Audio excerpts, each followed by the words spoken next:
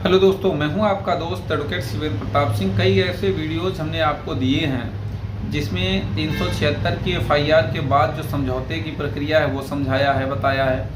और कुछ लोग ये भी सवाल करते हैं कि मैंने अगर शादी कर लिया या मैं शादी करना चाहता हूं या चाहती हूं तो केस को कैसे समाप्त किया जाए, इस पर भी वीडियो बना चुका हूँ।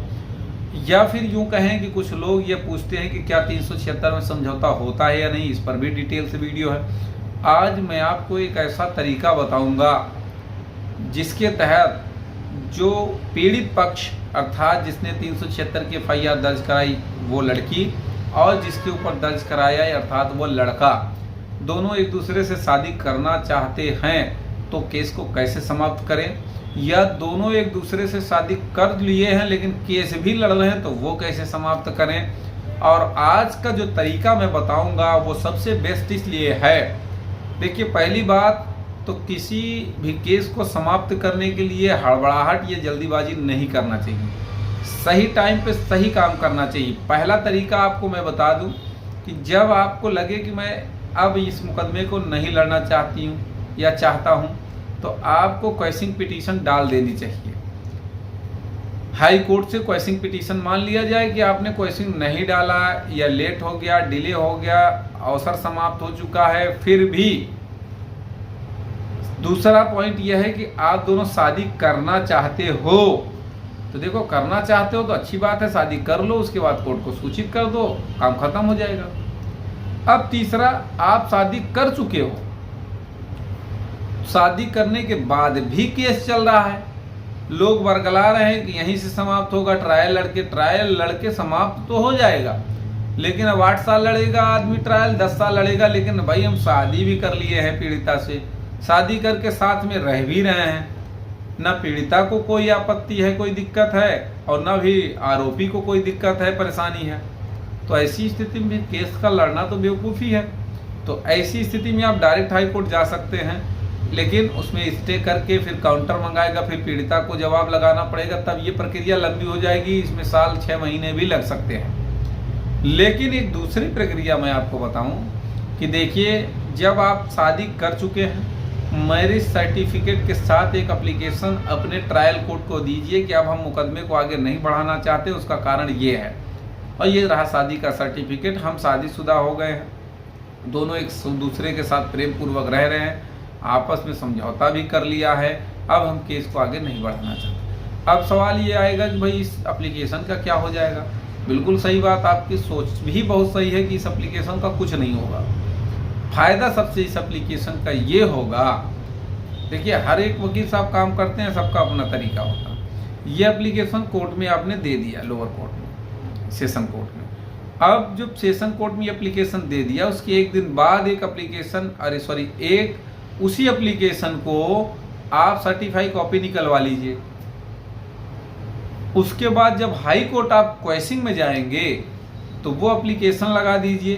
पहला डॉक्यूमेंट हो गया कि साहब हमने आपस में समझौता कर लिया क्योंकि हम दोनों शादीशुदा हो गए, शादी करके रह रहे हैं, कोई आपत्ति कोई दिक्कत नहीं है। एक तो ये हो गया। दूसरा आपका वो शादी का प्रमाण पत्र हो गया। तीसरा, आप दोनों बालिग हैं, ये सारा डिटेल लगा दीजिए। तो ऐसी स्थिति में फिर कोर्ट काउंटर वगैरह नहीं मंगाएगा, सीधे सुनेगा, प्रमाण पत्र देखेगा, अगर जरूरत पड़ी तो नेक्स्ट डेट में दोनों पक्षों को बुला लेगा हाई कोर्ट में पर्सनल अपीयरेंस के लिए। अब जब पर्सनल अपीयरेंस के लिए बुला लेगा, वहीं पे स्टेटमेंट नोट कर लेगा कि भाई इसके साथ तुम रह रही हो, शादी कर चुकी हो, कोई दिक्कत नहीं है। अगर लड़की ने कह दिया कि साहब मुझे कोई आपत्ति नहीं, हम दोनों एक साथ ही रह रहे हैं, रहना भी चाहते हैं, आगे इस केस को हम लड़ना भी नहीं चाहते हैं, बाद हम कोर्ट के बाहर समझौता भी कर चुके हैं, वगैरह वगैरह, इतनी बात पूछी जाएगी तो सीधे उठाएगा, वो केस हो जाएगा। यानी कि आपकी जो एफआईआर है 4-3 या जो क्वेशिंग पिटीशन है या जो भी आपका मुकदमा है वो हमेशा के लिए क्वेश हो जाएगी, कोई डेट भी नहीं लगेगा, उसी दिन ऑर्डर हो जाएगा। अब कुछ लोग सोचते हैं कि हाई कोर्ट गए तुरंत सब काम हो जाए। देखिए, तुरंत हो जाता है, लेकिन आपको थोड़ा इंतजार करना पड़ेगा। भाई हाई कोर्ट है, फाइलिंग में समय लगता है, नंबर आने में समय लगता है, तमाम चीज़ें होती हैं। सही वे में काम करेंगे तो एक ही हथौड़े से काम हो जाएगा। सही वे में नहीं। कुछ लोग कहते हैं मेरी क्वेश्चन डाल दीजिए, ठीक है क्वेश्चन डाल दिया, स्टे करके छोड़ दिया, क्वेश्चन डल गई, स्टे हो गया आपका, लेकिन वो मुकदमा आपका स्टे तो हो गया, लेकिन हाई कोर्ट में फाइनल डिसीजन तो नहीं आया। अब वो फाइनल कब आएगा इसकी कोई गारंटी नहीं, 2 साल में आएगा, 3 साल में आएगा, साल भर में आएगा, 6 महीना में आएगा। लेकिन ये जो मैंने तरीका आपको बताया, इससे तुरंत डिसाइड हो जाएगा। ज़्यादा से ज़्यादा फाइलिंग के बाद 1-1.5 महीना 2 महीना, बस, इससे ज़्यादा नहीं। अब कुछ लोग फाइलिंग में बहुत हड़बड़ाते हैं। देखिए, सही काम करने दीजिए अपने वकील साहब को।